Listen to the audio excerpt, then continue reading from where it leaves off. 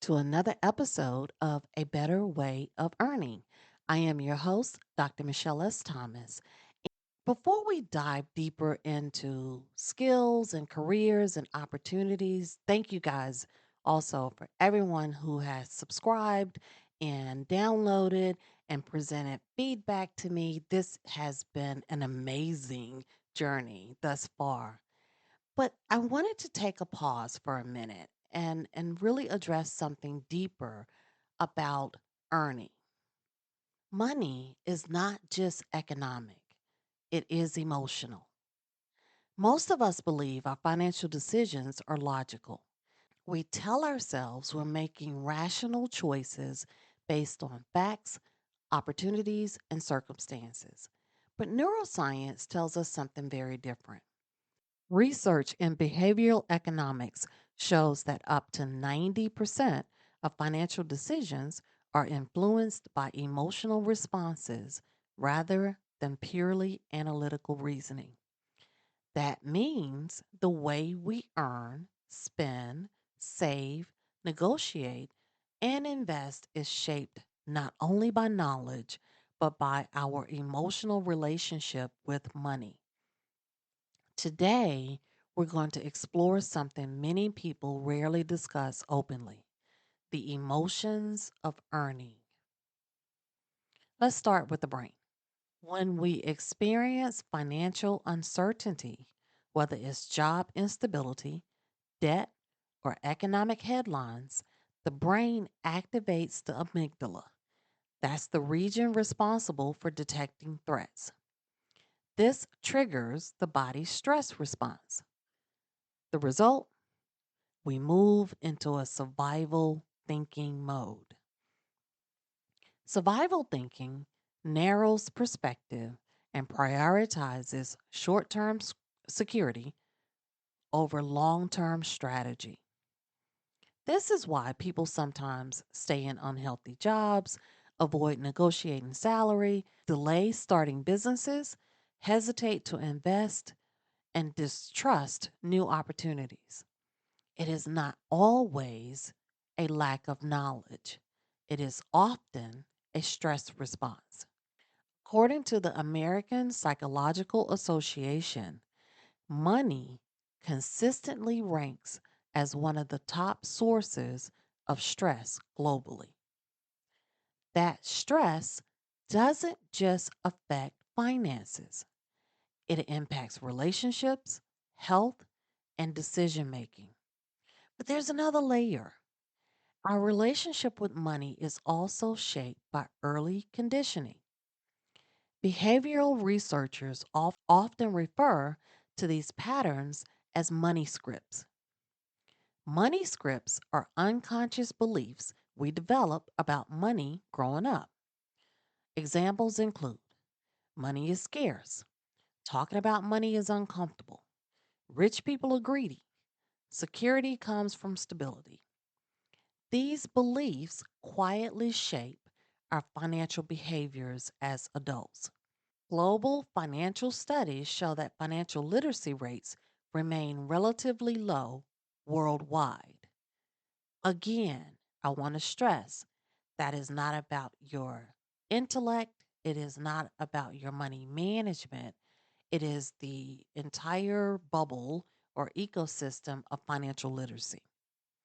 A Standard and Poor's Global Financial Literacy Survey found that only one third of adults globally demonstrate basic financial literacy. But even among individuals who understand financial principles, emotional response can still override logic. For example, during market downturns, many investors sell assets out of fear, even though long term data suggests that staying invested historically produces strong outcomes. I want to give you a different example. So, a lot of times, or oftentimes, we look at people who work in the financial world and we expect or assume that what they do at work translates consistently in how they manage their money at home. And I'm not saying this is a blanket statement, but what I have seen is back to this emotional relationship with money. When you are in the finance world and you are handling multi-billion dollars of money and transactions and balancing for companies, that process is usually managed by fundamentals, strategy, SOPs, etc.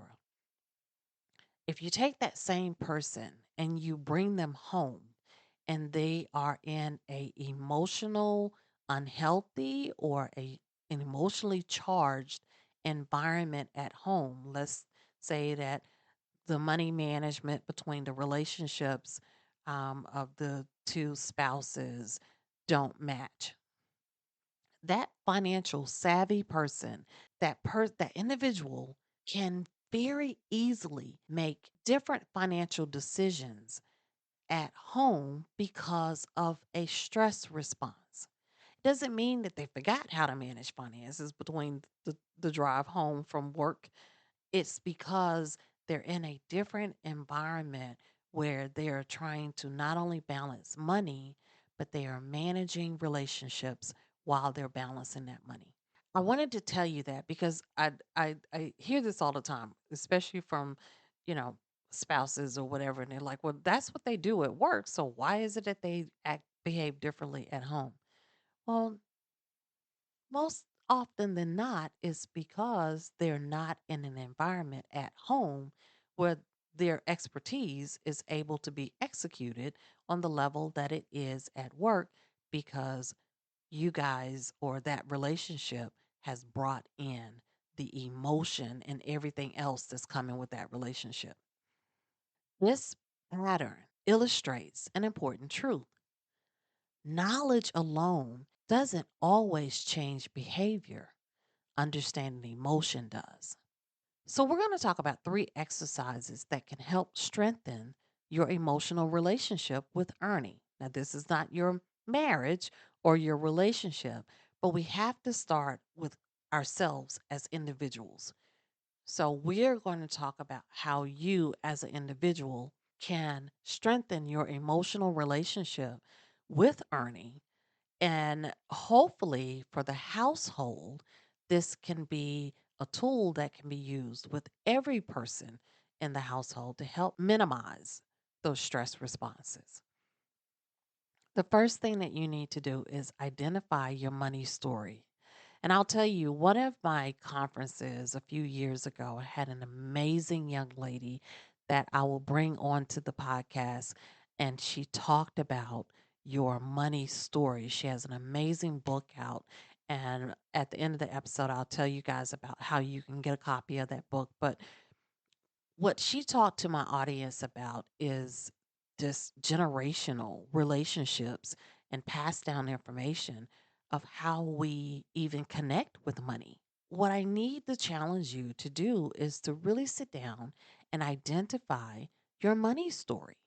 Write down the messages you've heard about money growing up.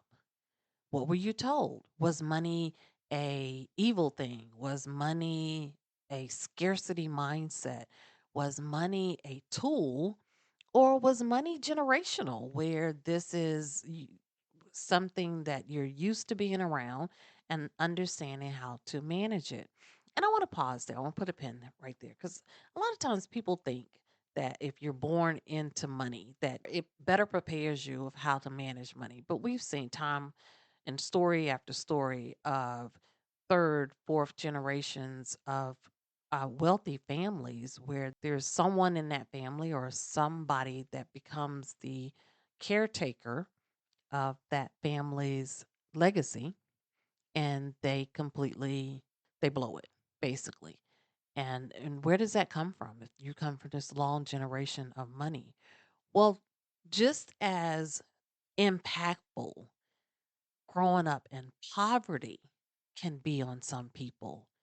Growing up with excessive amounts of money can have the same level of detriment depending on how that individual viewed the money and the access to the money that they had. So I just want to put that out there.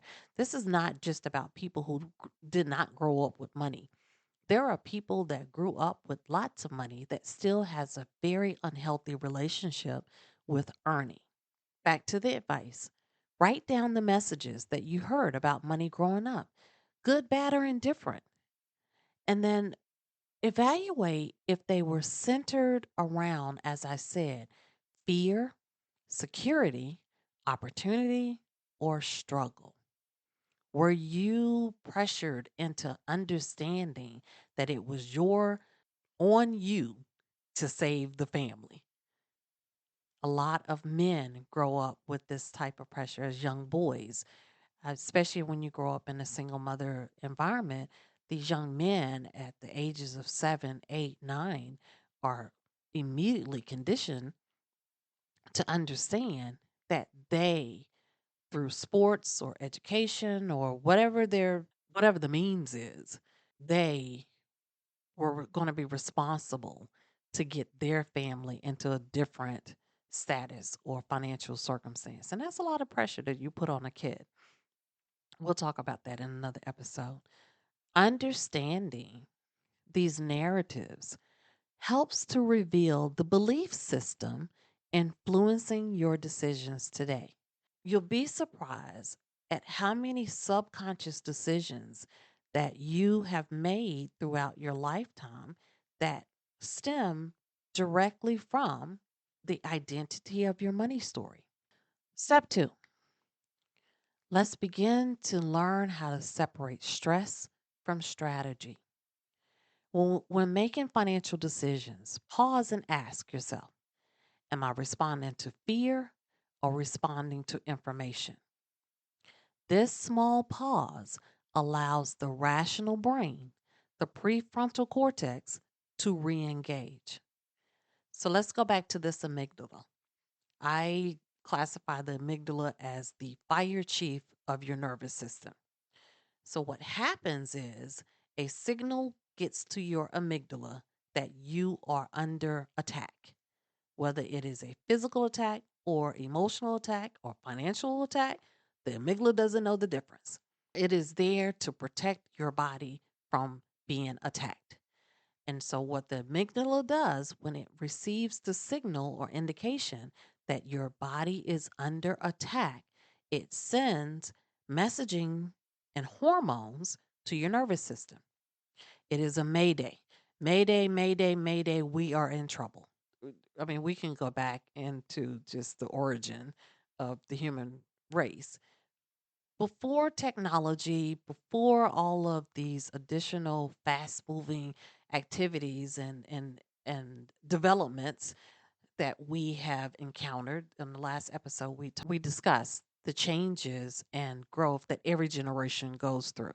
So if we go back into a more prehistoric environment and look at how the body was created, your amygdala was designed to really focus in on attacks, whether it was from animals or whether it was from other people.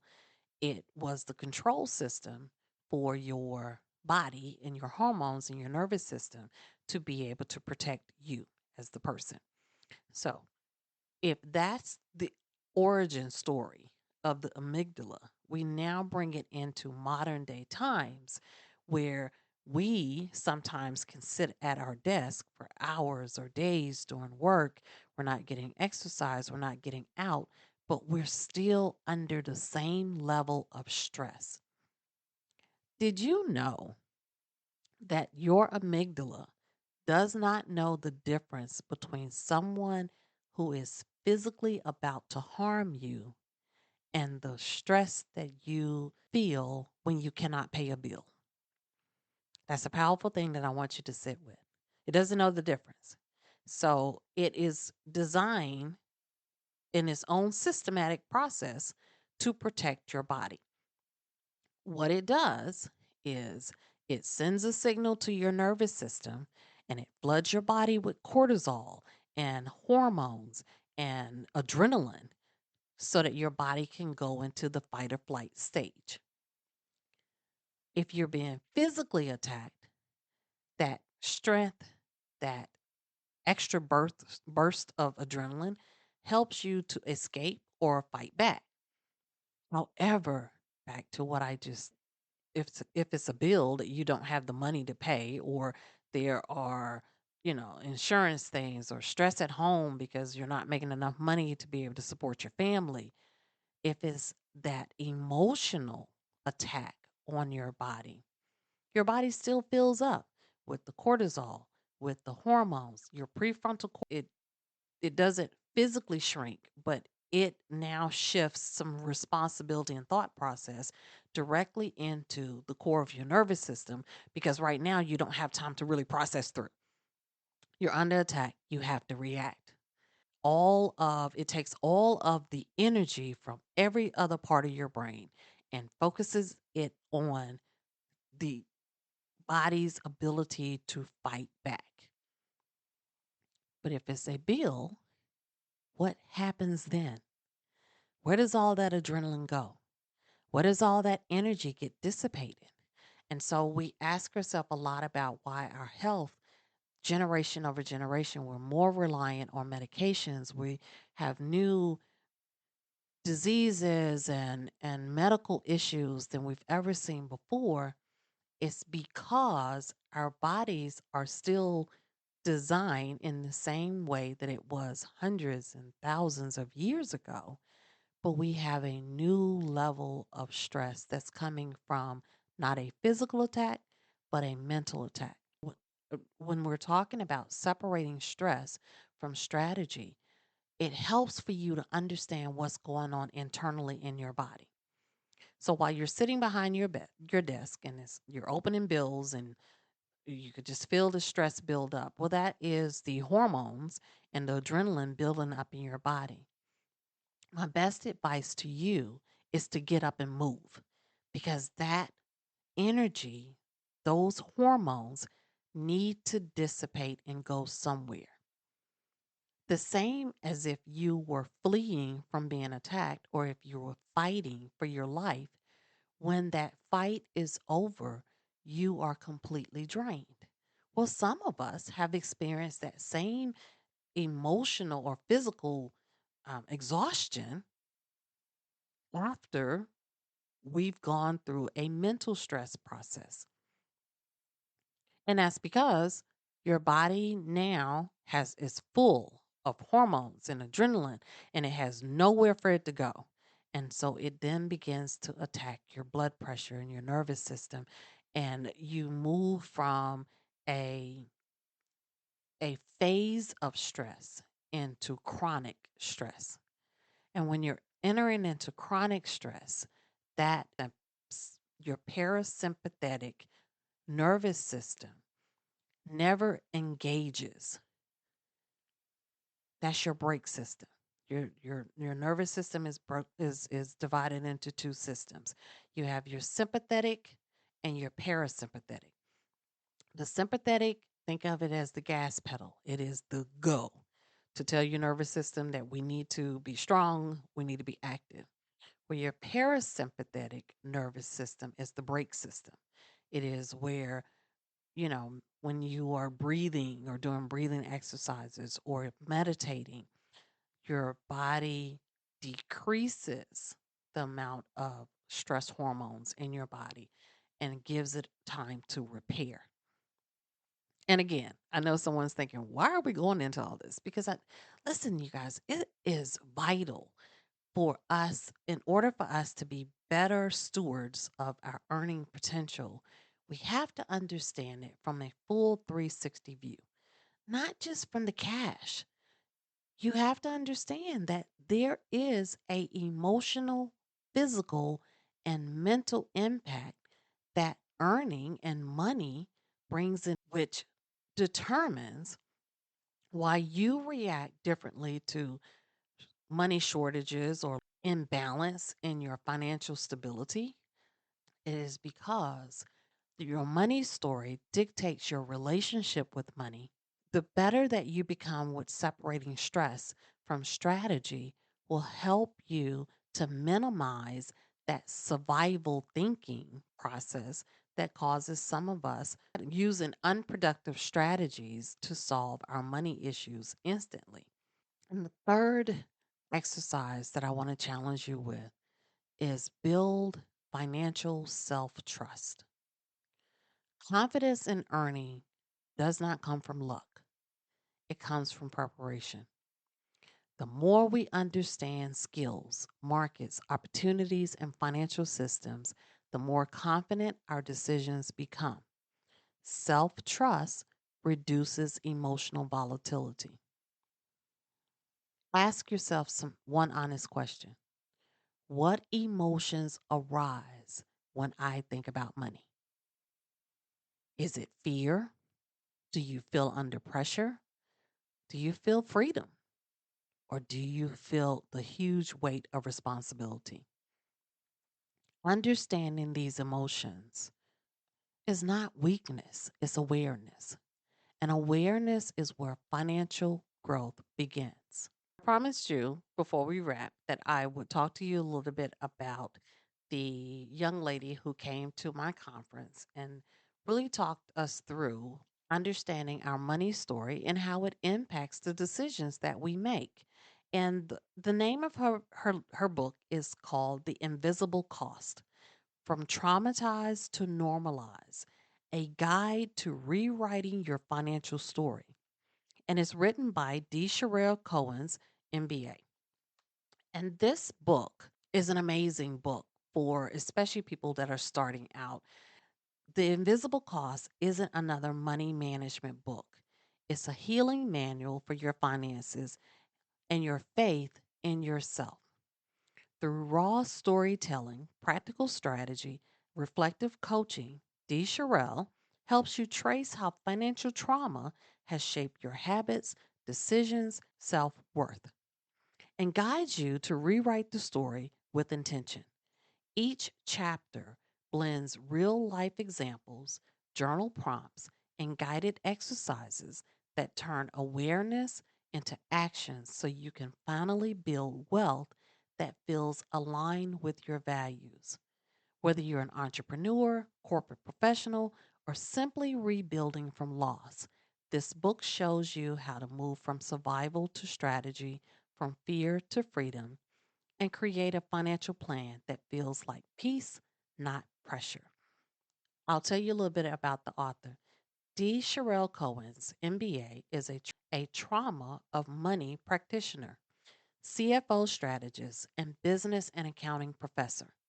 Her company, FinTrom, bridges emotional healing and financial strategy to help leaders rebuild confidence, stability, and sustainable wealth. We will have Dee Sherelle on the show in later episode of the podcast. And we're also launching, I'm so excited to tell you, we're launching a Better Way of Earning talk show where we are coming to you guys. We're traveling from city to city and interviewing amazing people and experts like Dee Sherelle, where we can dive a little deeper into some of the topics that we're talking about during the podcast. So, if you guys are interested in getting a copy of this book, I will have a link in the description of the podcast. I also will give you a link if you're interested in being an expert guest on the upcoming talk show. I'll also give you a link where you can fill out a form and we'll reach out and let's talk about it. It's very important for me at a better way of earning to remove a lot of the fear, the misunderstanding, the misconceptions that we have built over time about earning and our earning potential. Conversations around earning often focuses on strategy, opportunity, and systems. But before any of those things can work effectively, we must better understand ourselves, our beliefs about money, our emotional responses to uncertainty, and our level of trust in our abilities all shape the choices that we make. When we begin to understand those patterns, we gain something incredibly powerful: perspective. And perspective allows us to respond thoughtfully rather than react emotionally. As we close today's conversation, remember this: earning is not just about income, it's about understanding the forces that influence how we think, decide, and build our future. As always, if today's conversation resonated with you, take time to reflect on it. And if you want to continue exploring these ideas, you can find us across the A Better Way of Earning ecosystem. You can listen to the podcast and the talk show conversations, explore the workforce insights through our blog, The Job Hunt Chronicles, and discover how professionals are building opportunity through Ascent Global Marketplace. Because the future of hiring isn't applying, it's being discovered. Until next time, stay aware, stay prepared, and most importantly, stay in ownership of your choice.